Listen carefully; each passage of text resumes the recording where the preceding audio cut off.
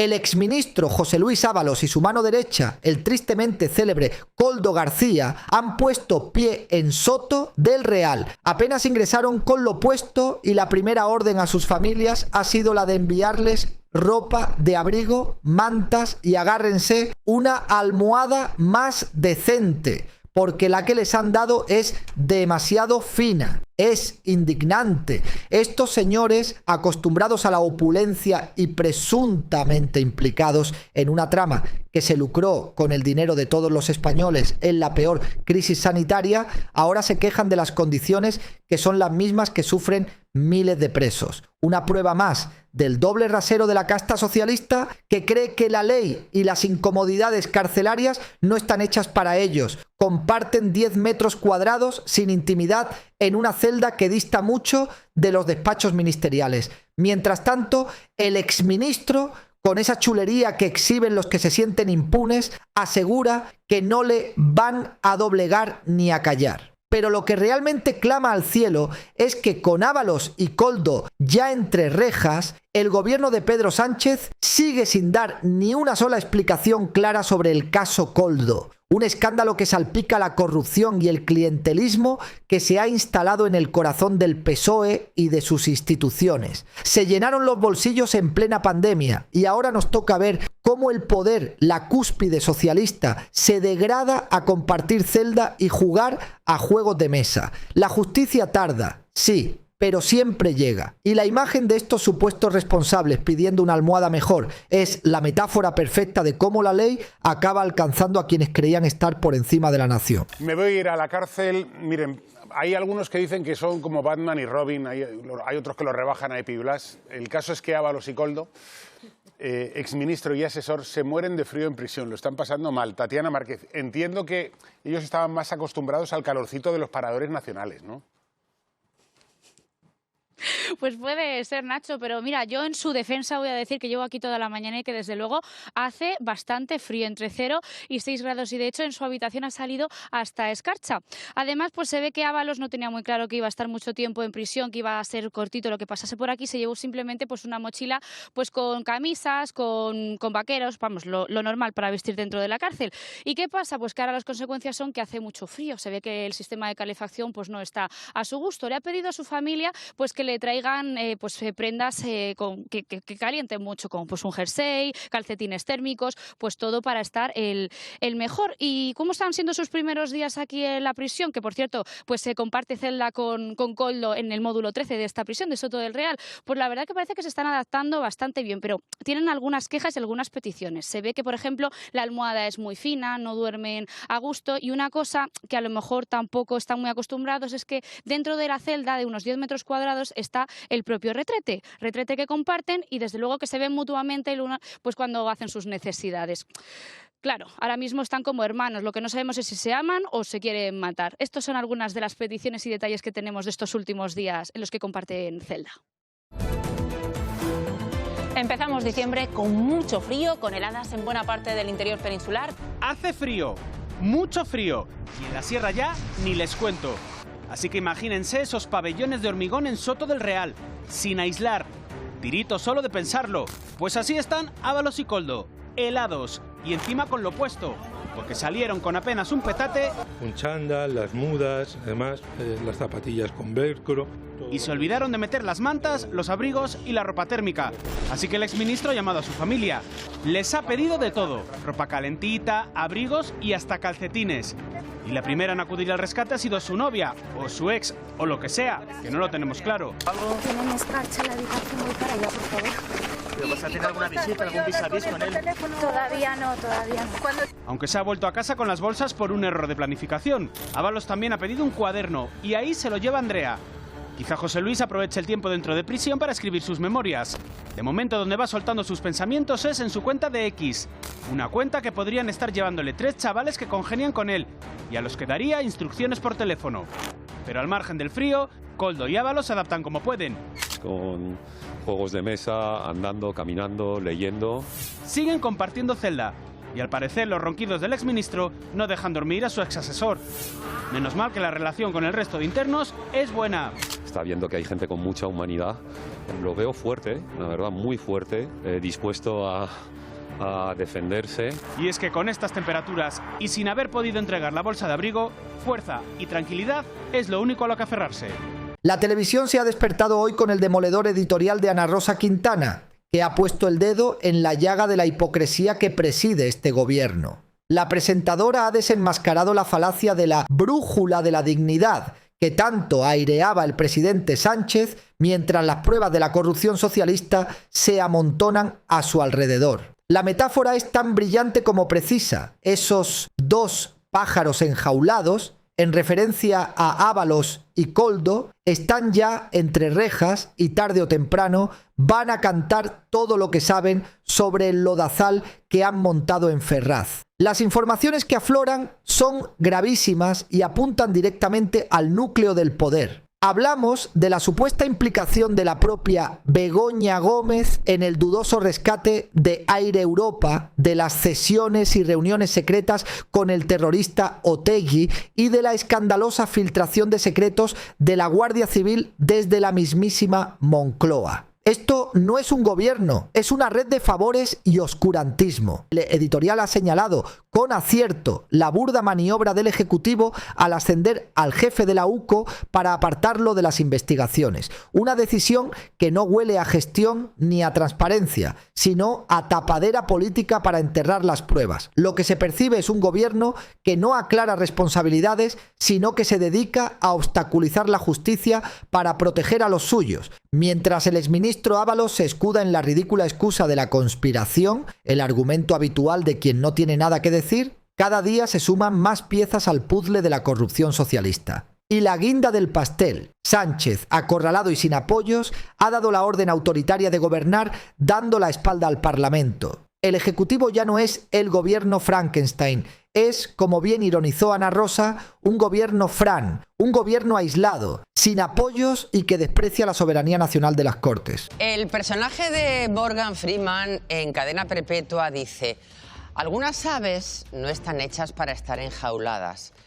pero otras acaban cantando. Aquí la cosa va de pájaros, una expresión que usaba Sánchez en sus mensajes con Ábalos. Cuando hay dos pájaros enjaulados, les da por cantar. Ábalos y Koldo no son precisamente un pequeño ruiseñor, pero están contando y cantando.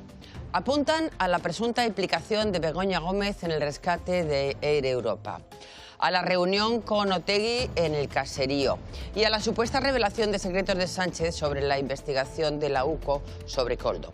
La trama también apunta a la presunta financiación de las primarias de Sánchez por parte de su suegro. El presidente ha dado la orden de gobernar sin el Parlamento porque no tiene socios. El gobierno Frankenstein se ha quedado simplemente en el gobierno Fran, porque no le van a votar ni una sola iniciativa en el Congreso. Y en el nombre del padre continúa hablando el hijo de Ábalos. Ahora señala que Sánchez le dio la orden de ir al aeropuerto a reunirse con Delcy Rodríguez. Y a pie de avión empezó su caída. Como en Aterriza como puedas, Ábalos eligió un mal día para dejar de fumar. A partir de ahí, 3 de los 4 soldados de fortuna del Peugeot acabaron en prisión, aunque a Sánchez le encanta que los planes le salgan bien, por lo que esta mañana va a hacer una gira por medios afines. Ábalos ha elegido el título de una película carcelaria para su cuenta de Twitter. Una película en la que los encarcelados eran inocentes porque los incriminaron con pruebas falsas. Aquí ocurre al revés, porque lo que intenta el gobierno es apartar a los que aportan las pruebas. El Ejecutivo asciende al jefe de la UCO, al coronel Rafael Yuste, para sacarlo de la unidad que investiga el entorno de Pedro Sánchez. Una patada hacia arriba que, de verdad, lo pienso, tampoco va a servir de mucho. Primero porque a quien pongan es un guardia civil y porque al frente de las investigaciones sigue el teniente coronel Balas, al que querían matar los fontaneros del PSOE. Mientras, la exmano derecha de Sánchez asegura que pasa frío en un país en el que, según Eurostat, 1 de cada 5 hogares no puede poner la calefacción en invierno. El programa Todo es Mentira, presentado por Risto Mejide, ha respondido con ironía a las críticas que le exigían disculpas tras la entrada en prisión de José Luis Ábalos. Las redes sociales pedían un perdón para la periodista y para el medio The Objective, pero Risto ha preferido darles la vuelta con un perdón irónico, asegurando que la verdad les persigue, pero ellos son más rápidos. El presentador ha recordado que las exclusivas de The Objective sobre la caída de Ábalos se centraban más en chismes y fiestas que en las verdaderas tramas de corrupción. Según Risto, el medio tuvo delante pruebas mucho más serias, pero prefirió quedarse en el morbo. Para rematar, Todo es Mentira ha anunciado una nueva sección, el calendario de Adviento de The Objective,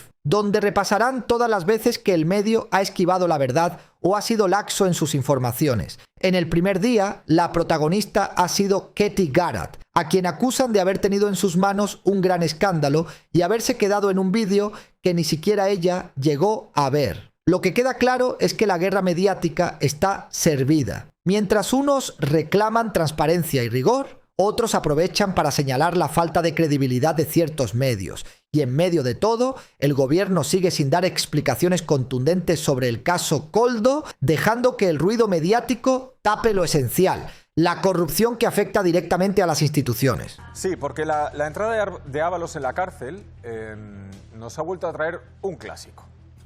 A mí me han vuelto a bombardear a través de las redes sociales. Todos los que estamos en este programa hemos recibido los mensajitos. ¿Cuándo le vais a pedir perdón a Katy Garrett, a The Objective? Es que realmente, incluso The Objective me ha dedicado un cariñoso artículo este fin de semana. Pero porque era tu cumple. Sí, porque era mi cumple. Claro, muy cariñoso. Claro. Vamos, que The Objective y Katy Garrett están otra vez pidiendo casito. Y nosotros, que somos muy solícitos, pues claro que sí, atendemos a esa solicitud. ¿Verdad? Como si ellos no hubieran hecho nada. Bueno, de hecho sí que han hecho algo, ya veréis.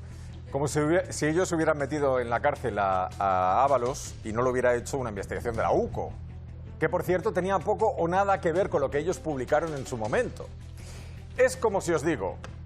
Bueno, luego os hago el ejemplo, porque es que es fantástico. Es fantástico el ejemplo. Es como si os digo... Tengo que anunciaros una noticia importante.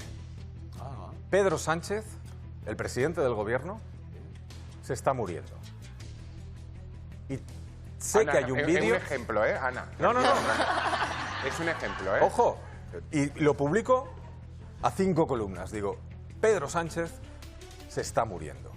Y todo el mundo diría, joder, qué exclusiva, macho. O sea, ¿qué pasaba? ¿Cómo vas? Y luego encima digo que hay un vídeo que lo demuestra que yo no he visto. Eso es exactamente lo que vamos a hablar. Porque el día que se muere Pedro Sánchez, porque todos nos morimos algún día, el día que se muere Pedro Sánchez digo, ¿lo veis? Ya os lo dije. ¿Y ahora qué? Toda esa gente que se rió de mí cuando dije Pedro Sánchez está muriendo. Y fui el pues primero. algo así es lo que ha pasado con Katy Garrett. Vamos. Vamos a ello. En su momento, The Objective publicó como exclusiva una serie de artículos titulados Las razones de la caída de Ábalos, en los que hablaban de presuntas fiestas, un misterioso vídeo o una habitación de un parador destrozada. En estos 6 capítulos sobre la caída de Ábalos, la única vez que se habla de dinero turbio, es para copiar una información que ya había sacado Javier Chicote en el ABC, ¿vale? Hasta ahí todo bien. El resto son chismorreos sobre las juergas de Ábalos.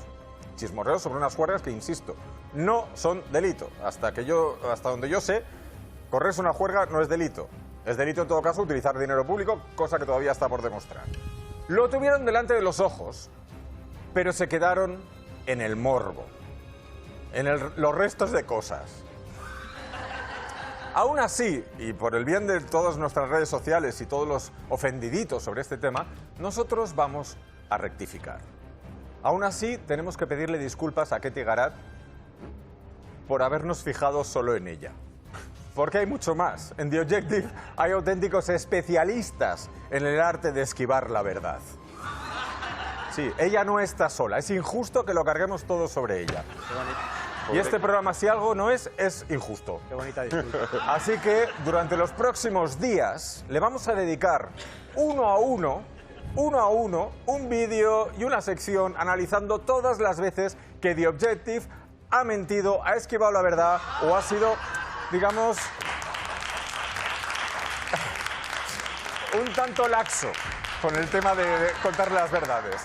Pedro Sánchez se ha visto forzado a reconocer la gravedad de la crisis con el partido del fugado Carles Puigdemont, después de que Junts le diera un portazo humillante en el Congreso. El presidente, con una arrogancia que ya le es marca de la casa, habla ahora de incumplimientos en lo pactado con los independentistas. Claro que hay incumplimientos, ¿no, señor Sánchez? Lo que no dice es que sus cesiones no tienen fin y Junts simplemente exige más y más a cambio de mantenerle en el sillón. Mientras el presidente saca pecho con unas cifras económicas maquilladas, la verdad política es que este gobierno de la mentira está roto y moribundo. El diálogo con los separatistas está dinamitado y la aritmética parlamentaria es un castillo de naipes que se desmorona a cada semana. ¿Y cuál es la respuesta del Ejecutivo? Más chantaje y más concesiones a los independentistas. El Consejo de Ministros se prepara para aprobar un nuevo paquete de medidas dictadas directamente por Junts, incluyendo mayores flexibilidades fiscales para los ayuntamientos y la ampliación de plazos empresariales. Lo que percibe la inmensa mayoría de los españoles de bien es que este Ejecutivo se mueve única y exclusivamente por su supervivencia política, no por el interés general de la nación. Sánchez habla de recomponer la relación con los que quieren romper España, pero lo que hace es confirmar que su gobierno es rehén de pactos inestables y de una desconfianza total. Esta situación es la imagen de un ejecutivo debilitado, humillado y sometido. El proyecto de legislatura que se prometía estable es ahora un miserable ejercicio de resistencia política basado en concesiones de última hora a los enemigos de la Constitución. Y mientras el presidente se aferra al poder pagando un precio inasumible, los problemas reales de los españoles siguen sin resolverse. La inflación que empobrece a las familias, una vivienda inaccesible para los jóvenes y un sistema sanitario que se cae a pedazos. El sanchismo ya no gobierna, solo negocia su propia agonía a costa de España. Era una frase que el presidente quería dejar clara hoy. Asumo esos incumplimientos. La ha repetido en varias ocasiones, en 2 entrevistas diferentes. Y también los retrasos en algunos de estos incumplimientos. Es uno de los tantos guiños a Junts que Sánchez ha tenido hoy. ¿Le han quitado la importancia a ese rechazo de Junts? Si ha sido percibido así, en este caso por Junts per Catalunya, lo lamento mucho porque no es cierto. Aunque la realidad es que cuando Junts dijo hasta aquí, esto es una ruptura. El gobierno sí que quitó hierro a esa ruptura. Tampoco infravaloren la capacidad de diálogo y de persuasión que puede tener este gobierno. Ahora la estrategia es otra. Se activa el botón para recuperar a ese Junts perdido, con medidas que exigían los de Puigdemont. Y ayudas a los propietarios que, bueno, pues tengan en arrendamientos impagos por parte de o bien jóvenes o familias vulnerables. Atajando los problemas que Junts pone sobre la mesa. Multirreincidencia. Y cediendo en otros asuntos, por ejemplo, la balanza fiscal. Está trabajando el gobierno de España para que se puedan publicar esas balanzas fiscales, ¿no? Sánchez dice hoy esto, pero escuchen a la ministra de Hacienda hace tan solo unos meses. Lo discutimos con Junts, no hay consenso. Una operación, la de reconquistar a Junts, en la que el Consejo de Ministros pone hoy todo su empeño. Devolviendo a la Generalitat de Cataluña la gestión de la oferta pública de empleo. El guiño lingüístico tampoco se queda atrás. Resolver el conflicto político. El presidente hace suyas las palabras de Puigdemont. Conflicto político. Un cambio de estrategia. Pedro Sánchez sale a la palestra en una calculada operación de imagen para marcar distancias y lavarse las manos de su exministro José Luis Ábalos, ahora huésped de Soto del Real. Con una supuesta firmeza que no es más que nerviosismo, el presidente ha respondido al que fue uno de sus hombres de máxima confianza, asegurando que ni el gobierno ni el PSOE van a aceptar chantajes ni amenazas de nadie. Pero ¡qué desfachatez! El mismo presidente que ha cedido a todos los chantajes de los separatistas ahora se ofende por las palabras de Ábalos. Y es que el exministro, ya sin nada que perder, ha puesto el dedo en la llaga, señalando directamente a Begoña Gómez, la esposa del presidente, como supuesta pieza clave en el dudoso rescate de Air Europa en 2020. Por no hablar de las insinuaciones de reuniones secretas con el terrorista Otegi y las alarmantes filtraciones sobre el caso Koldo desde Moncloa. Sánchez, ni corto ni perezoso, despacha todo esto como mentiras y bulos de un desesperado para defenderse. La maniobra de Sánchez es clara. Intenta distanciarse de su antiguo camarada, tildándolo de gran desconocido en lo personal, a pesar de haber sido su secretario de organización y ministro. Una excusa ridícula que solo busca minimizar el escándalo y la putrefacción que alcanzó las más altas esferas del poder socialista. Y saca pecho por la contundencia de expulsar a Ábalos y a Cerdán. Una acción tardía que llegó solo cuando el escándalo era insostenible. El colmo es que, mientras su nombre es arrastrado por el fango de la corrupción, Sánchez dice que no se dejará llevar a una espiral de querellas. Es decir, prefiere el silencio judicial y la opacidad a despejar de una vez por todas las sombras que planean sobre Moncloa. Lo que perciben los ciudadanos es un gobierno que se defiende atacando y mintiendo, pero que sigue sin dar la cara. El caso Koldo es el caso Sánchez, y sus intentos de desvío no van a tapar la corrupción que sigue enquistada en la gestión socialista. Fue su número 2, su fiel escudero, pero... Una cosa es que efectivamente tuviera una confianza política en él y otra cosa es que desde el punto de vista personal era un gran desconocido para mí. Sánchez marca distancia con el exministro ahora en prisión, asegurando ser ajeno a sus otras facetas. Y con respecto a las acusaciones que pueda hacer, su intención es desmentir, pero sin ir más allá. No vamos a entrar en una espiral de querellas. Y es más, es hipotético tirar de la manta. Ni el gobierno ni el Partido Socialista van a aceptar ni chantajes ni amenazas. Pero hay otra cuestión. ¿Dimitiría si es él el imputado? Sánchez contesta con otra pregunta. ¿Pero y por qué voy a serlo? Dice que el caso no aplica a cuando él pedía la dimisión de Rajoy por su relación con Bárcenas. Yo he asumido esas responsabilidades. Asumido las responsabilidades, no diciendo Luis sé fuerte. Y entonces llega incluso a entrar en bucle. Hemos actuado con contundencia, he actuado con absoluta contundencia, con total contundencia. Al tiempo que ha querido recordar la presunta reunión con Otegi. Habiendo dicho nosotros que no, habiéndose también desmentido por parte en este caso de señor Otegi, estemos hablando de ello. Para desmentir la afirmación del que ahora se hace, que no le conoce. El colmo de la indecencia llega cuando Sánchez afirma que Ábalos era un gran desconocido para él en lo personal. Esta afirmación, lejos de aportar transparencia, es una burla inaceptable a la inteligencia de los españoles y una prueba de la incomprensible laxitud con la que este presidente gestiona las relaciones políticas y, por lo visto, el dinero público. ¿Cómo es posible que su mano derecha fuera un desconocido? ¿A quién nombra en los puestos clave de la nación? Mientras Ábalos y Koldo García, los que conocen las intimidades del poder socialista, lanzan amenazas desde la cárcel, Sánchez intenta camuflar su pánico con un falso mensaje de firmeza. No vamos a aceptar chantajes ni amenazas. Una frase hueca que suena más a intentona desesperada de salvar su imagen que a una defensa real de las instituciones. Los analistas lo tienen claro. Este discurso revela la extrema fragilidad y deslealtad del liderazgo socialista. Sánchez se distancia de sus colaboradores en cuanto la presión judicial aprieta, demostrando que su única prioridad es la supervivencia personal en Moncloa, sin importarle la coherencia, la lealtad ni, por supuesto, la verdad. Que efectivamente tuviera una confianza política en él, que la tuve, no la niego, es evidente, y otra cosa es que desde el punto de vista personal era un gran desconocido para mí, porque conocí unas facetas de su dimensión personal que fueron muy desconocidas para mí.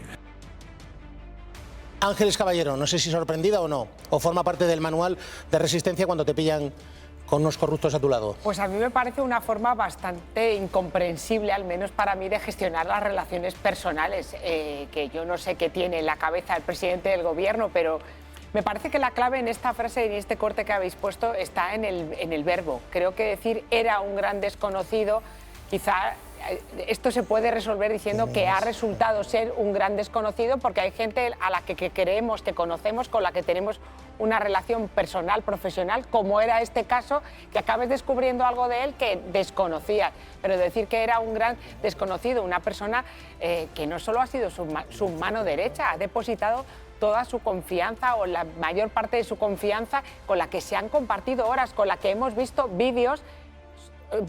mensajes, que tú no mandas determinados mensajes si no hay un afecto. Decir que era un gran desconocido, entendiendo que todos podemos ser la decepción de alguien y que nos pueden decepcionar, pero A mí me resulta extremadamente compleja esta frase que ha dicho. Tenemos que hablar de otra vergüenza más que salpica a la gestión del gobierno, demostrando cómo el clientelismo y la mala praxis socialista se han enquistado durante años, esta vez en el mismísimo Centro Nacional de Investigaciones Oncológicas. Según la escalofriante denuncia de la investigadora Ana Isabel Hernández, la podredumbre comenzó en 2017. Con la externalización masiva y arbitraria de personal y servicios. El resultado, un festival de adjudicaciones infladas hasta un 400%, concursos fraccionados a la carta para evitar los controles públicos y contratos que solo sirven para beneficiar a unos pocos. Esto es el modus operandi de la izquierda en las instituciones.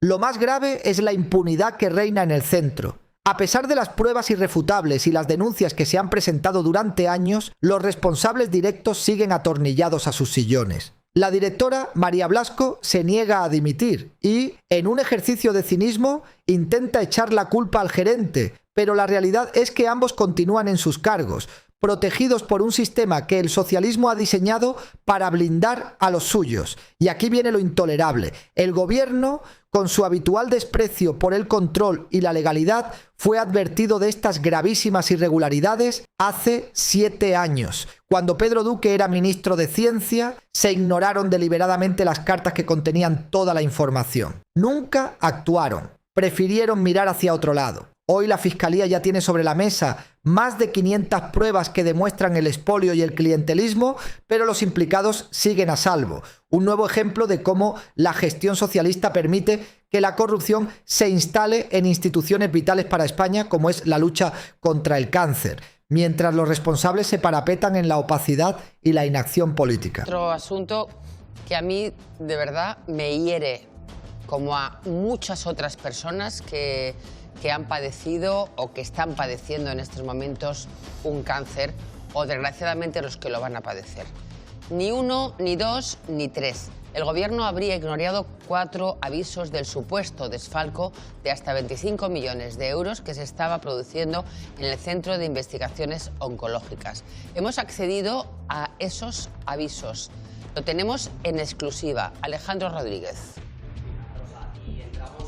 Los laboratorios del CENIO para mostrarles precisamente esa importante exclusiva. Fijaos, en 2018 una de sus investigadoras con más trayectoria empieza a tener sospechas de supuestas irregularidades en las cuentas, contratos vacíos, inflados hasta un 400% y adjudicados a empresas de varios altos cargos. Lo hemos contado todos estos días. Pues con toda esa preocupante información, la trabajadora consigue hablar con el número 2 del por entonces ministro de Ciencia. En una reunión presencial el 4 de septiembre de 2018 por la mañana le traslada sus indicios de presunta corrupción, pero según la denunciante, el secretario de Estado le viene a expresar que eso es lo habitual en todos los centros públicos. Seguimos.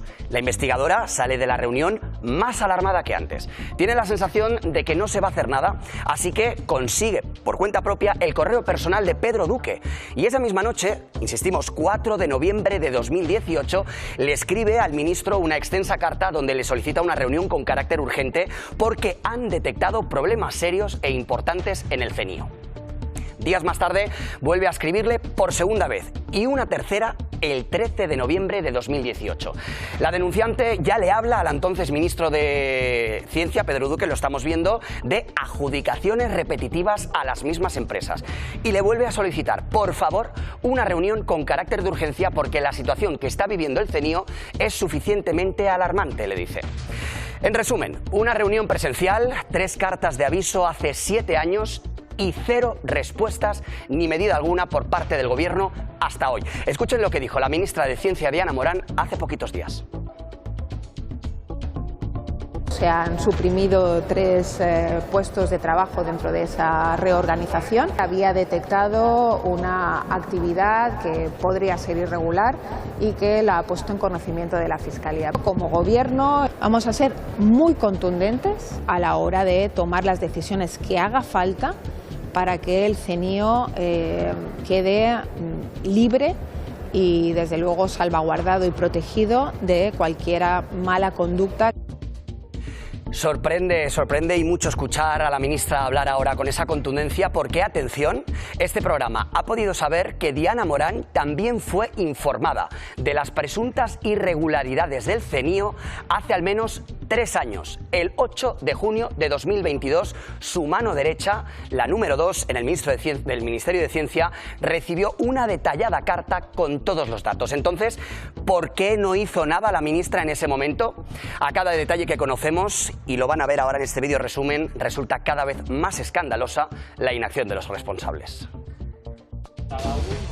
El gobierno recibió la primera denuncia de presunta corrupción en el Instituto Público que lucha contra el cáncer hace ya 7 años. El gobierno desolló 7 años de denuncias y millones gastados en ferretería en el CENIO desde Pedro Duque en 2018. Tras su nombramiento como ministro, una trabajadora del CENIO envía una carta a Pedro Duque con información detallada de las irregularidades en el centro. No obtiene respuesta. Mi preocupación por la gestión del gerente ha ido aumentando debido a una demanda por prevaricación. En enero, la exdirectora ya señala públicamente a este hombre.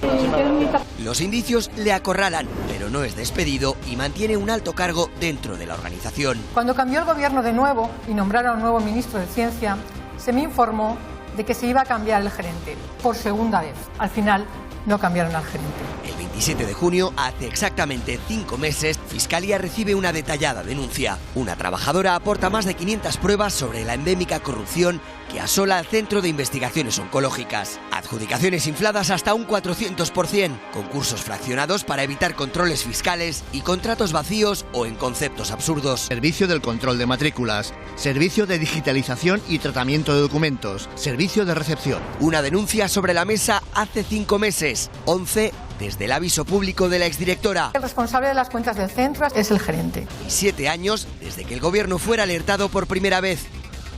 ¿Están realmente fuera del centro los presuntos responsables? El CENIO destituye al exgerente acusado del desfalco de 25 millones de la lucha contra el cáncer mediante contratos irregulares. ¿Y por qué el gobierno no tomó medidas hace 7 años cuando recibió el primer aviso de presunta corrupción?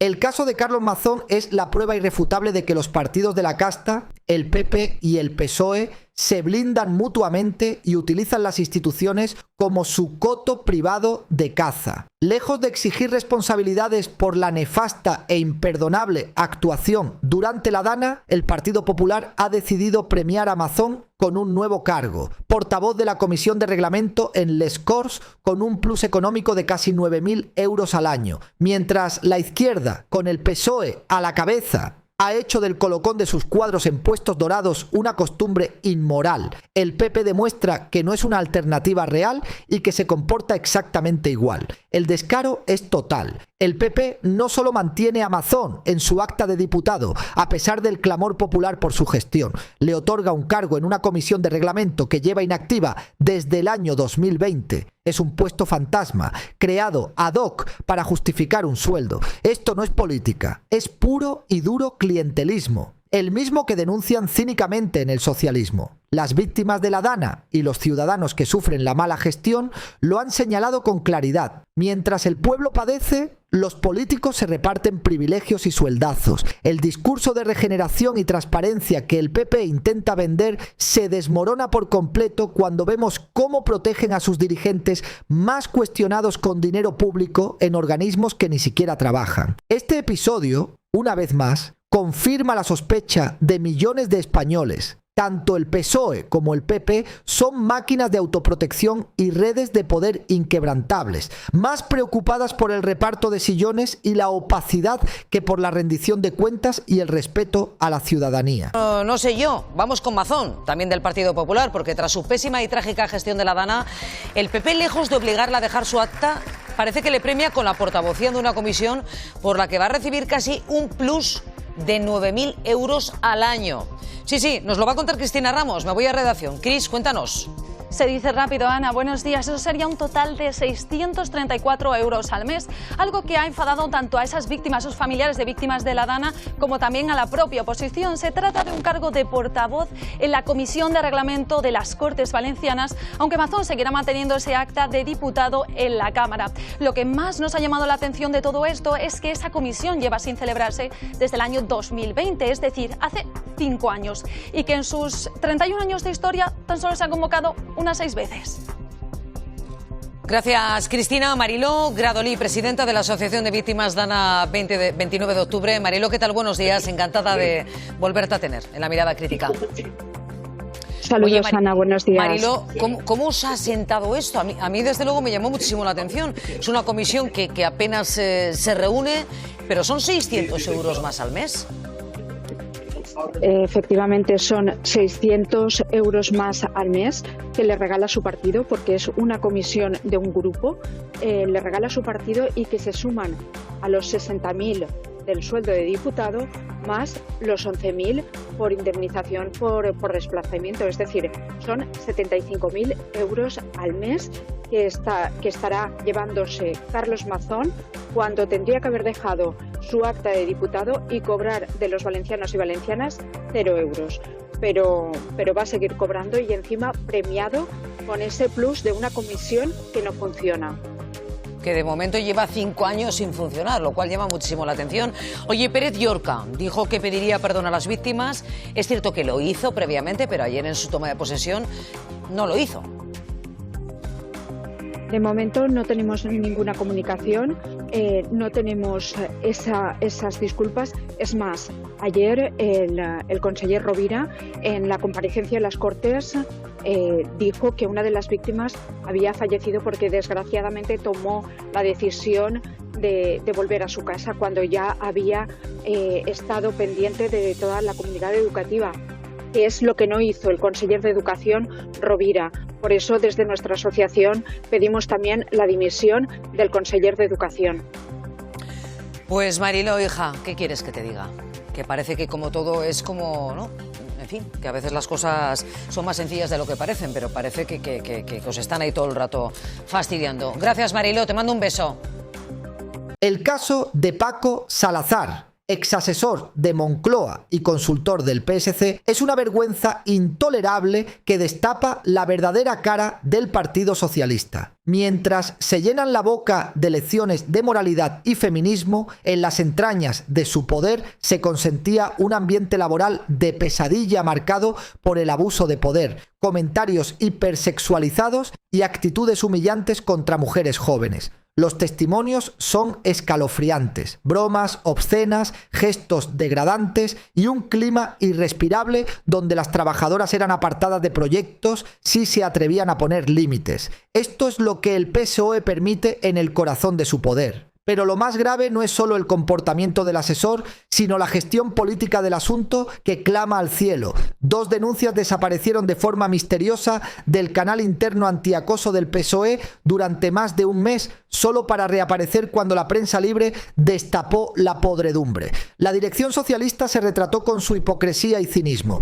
Primero intentaron escaquearse diciendo que no tenía sentido seguir el procedimiento tras la baja de militancia de Salazar y solo rectificaron a regañadientes ante el escándalo mediático. Esta es la verdad del PSOE, un partido que presume de feminismo solo de boquilla y de tolerancia cero, pero que en la práctica protege a sus cuadros hasta que la presión externa los obliga a actuar. Mientras los dirigentes socialistas pontifican sobre igualdad y respeto, las víctimas relatan cómo se sentían desamparadas y aterradas de denunciar. La contradicción es evidente. El PSOE exige ejemplaridad a sus rivales, pero cuando el problema es en su propia casa, la respuesta es la tapadera, la dilación y las excusas baratas. Este caso no solo expone a un deplorable asesor, sino que es la prueba definitiva de la incoherencia del socialismo. Para ellos, la protección de su imagen política siempre pesa mucho más que la defensa real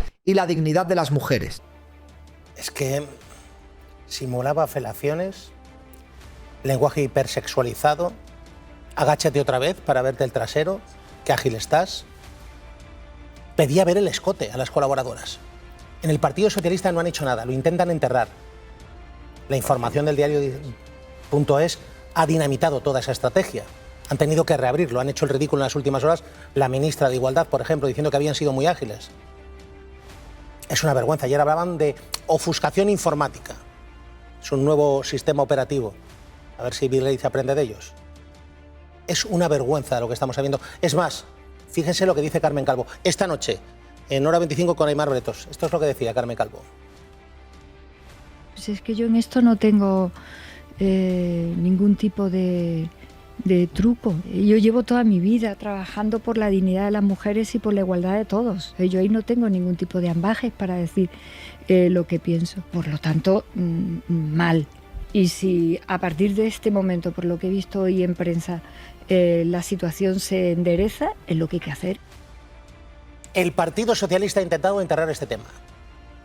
Le tienen miedo a Paco Salazar, y además Paco Salazar ha nombrado a algunos de los máximos responsables, o ha influido para que estén nombrados algunos de los máximos responsables y responsables del partido. Y no se atreven. Y están trabajando para que siga ingresando pasta. Están intentando que siga recibiendo dinero y que se le contrate a través de consultorías. Esta es la realidad. Hoy no podemos saber lo que el presidente del gobierno piensa sobre este asunto. Nadie le ha preguntado. No le han preguntado o se les ha olvidado de preguntar. Cerramos la jornada informativa con una noticia que nos hiela la sangre y que es la viva imagen del abandono institucional que sufren los ciudadanos de bien. Un incendio provocado en Granada tras el desalojo de una ocupa ha sembrado el terror en plena madrugada, dejando a decenas de vecinos atrapados en sus propias casas. Gracias a Dios no hay víctimas mortales, pero el pánico y la sensación de indefensión han destrozado la tranquilidad de estas familias. Los testimonios son claros y demoledores, amenazas continuadas, vandalismo y un clima de inseguridad insostenible que se arrastraba desde hacía semanas. Pero lo que resulta más indignante y vergonzoso es la respuesta política. La izquierda, esa misma que se hincha la boca hablando de justicia social y defensa de los vulnerables, guarda un silencio atronador, o peor aún, minimiza el problema cuando se trata de la lacra de la ocupación.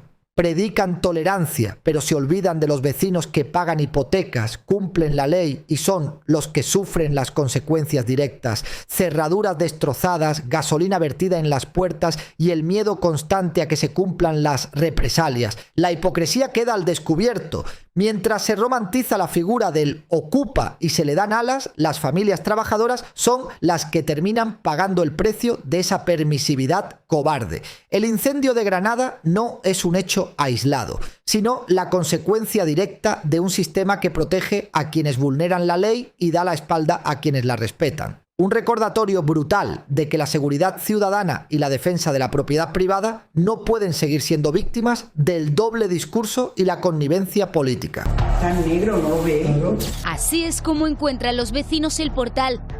Todo oscurecido. Mira, Toñi, que han metido fuego, hija. A las 2 de la madrugada el bloque comienza a arder. A algunos les llega el olor, pero no saben lo que ocurre. El edificio se está quemando. El fuego comienza a invadir todo el rellano. Llega a alcanzar hasta la 3ª planta. Los vecinos quedan atrapados. El portal se convierte en un infierno y ellos ni siquiera son conscientes. A las 8 de la mañana es cuando los efectivos acuden a sofocar el incendio. Es un fuego intencionado. Arrojaron gasolina y quemaron papeles, provocando una auténtica ratonera, un incendio del que se busca el autor. Todos señalan a una vecina ocupa. ¿Quién está detrás?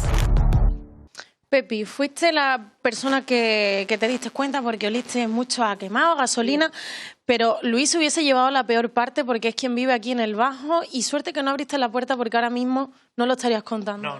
No lo estaría contando. Si yo abro la puerta como yo le dije, yo me enfadé con ella, ¿por qué no me llamó? Y entonces ella pues, le dijeron después, no, Luis, que si abres la puerta es peor todavía para ti. Entonces, porque claro, nosotros vivimos abajo, entonces eso es como una ratonera.